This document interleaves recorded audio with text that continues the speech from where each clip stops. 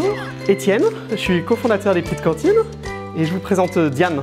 Bonjour, Diane, cofondatrice et déléguée générale des Petites Cantines.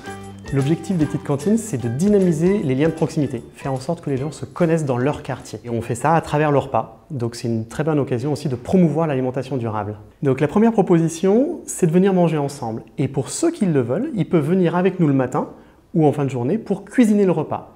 Ça veut dire que le matin, il va y avoir entre 5 et 10 personnes qui cuisinent avec nous. C'est une très bonne occasion de rencontre également. Bonjour tout le monde, je m'appelle Valérie, je suis lyonnaise et je vis en petite cantine depuis un peu plus d'1 an. Ce qui me plaît, c'est de faire. Voilà, de bout en bout, j'arrive, tout de suite on est dans l'équipe et à 10h on fourgonne, on bosse, dans le plaisir, on se met là où on a envie d'être. Ce que j'aime, c'est l'accueil, être en groupe comme ça, travailler, s'occuper les mains, ça vide la tête. Et ça amène beaucoup de bonheur dans le sens où quelqu'un qui est seul chez lui peut venir pour parler, rencontrer, déjà être là. Il nous reste 1 heure pour faire nos pizzas. Le maître de maison va répartir en fonction des volontés de l'un et de l'autre. Martine, si elle préfère faire le dessert, il ira faire le dessert avec Julien par exemple. Et à midi, il y a entre 20 et 30 personnes qui viennent partager le repas.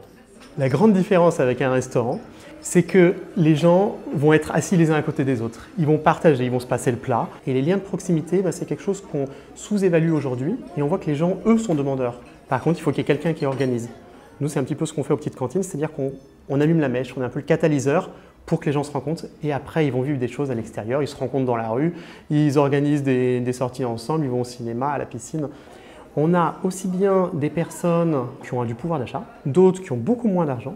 Et le prix libre qu'on propose permet justement à toutes ces personnes de se sentir libres de venir et de participer, comme elles le veulent, comme elles le peuvent.